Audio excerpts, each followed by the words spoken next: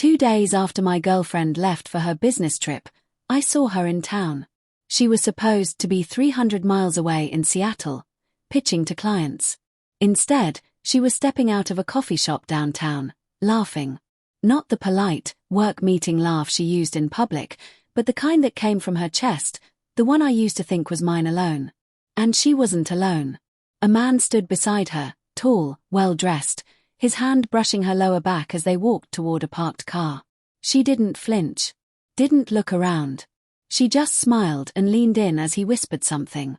For a second, my brain refused to accept what my eyes saw. I blinked hard, thinking maybe it was a trick of light, a coincidence, a look-alike. But then she tilted her head in that familiar way, hair falling over her shoulder, and I knew. It was her. My first instinct wasn't anger. It was confusion. A strange, hollow confusion that felt like standing on thin ice and hearing it crack beneath me. I stayed in my car, engine idling, watching as she climbed into the passenger seat. The man opened her door, said something that made her laugh again, then shut it behind her like it was the most natural thing in the world. They pulled away, and I just sat there, hands gripping the steering wheel, trying to breathe. Part of me wanted to follow them. The other part couldn't move.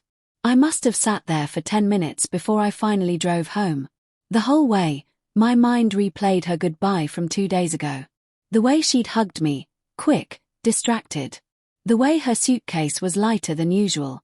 The way she'd said, "Don't wait up for my calls, it's going to be hectic." Hectic. Right. At home, the air felt stale. Her sweater still hung over the back of the couch. Her half-empty water glass sat on the nightstand. Every trace of her suddenly felt wrong, as if her presence had been replaced with something counterfeit. I told myself I needed proof. Real proof. Maybe there was a reason she was here. Maybe the meeting got moved. Maybe that man was a coworker. Maybe. The maybes kept me sane for about an hour. Then I opened her laptop. She'd left it on the kitchen counter, still logged in. I hesitated. Crossing that line felt like betrayal in itself. But then again, hadn't she already crossed it? I went through her emails first. Work. Travel confirmations. Nothing suspicious. Then I checked her messages. That's when I found it, a chat thread with someone named Nate. The most recent message was from last night. "Wish you were here instead of across the room." Her reply. "Soon, babe. 2 more days." My stomach dropped. I scrolled up, reading message after message. Each one tore another piece of me apart. They joked. They flirted. They made plans. She told him she loved the way he smelled. He told her he couldn't wait to wake up next to her again. I closed the laptop and sat in silence, the only sound the faint hum of the refrigerator. I didn't cry. Not yet. I just sat there, trying to make sense of how love could rot so quietly without me noticing. For hours, I replayed our last few months, her distant tone, the sudden extra hours at work, the new perfume she claimed was a gift from her boss. Every red flag I'd ignored now waved proudly in hindsight. By the time night fell, my hands wouldn't stop shaking. I wanted to confront her, to scream, to demand answers. But a colder thought took root instead. I wanted her to tell on herself. So, I texted her. "Hope your meetings are going well. Don't work too hard." 5 minutes later, she replied. "Thanks, babe. Red heart hash. Miss you." I stared at those 3 words. Miss you. She was less than 5 miles away. I typed back. "Funny, thought I saw someone who looked just like you downtown today." 3 dots appeared, then vanished. Then again. Then nothing. No reply. That silence said more than words could. The next morning, she called. "Hey," she said, voice careful. "What did you mean by that text last night?" "I just meant I saw someone who looked like you," I said. "But obviously, that's impossible since you're out of town." There was a pause. "Yeah, right," she said, her tone tightening. "Anyway, things are going great here. Might be staying an extra day." "Of course you are," I said softly. She didn't respond. We hung up soon after. That was the last normal conversation we ever had. By evening, I couldn't take it anymore. I drove back to that same coffee shop, parked in the same spot.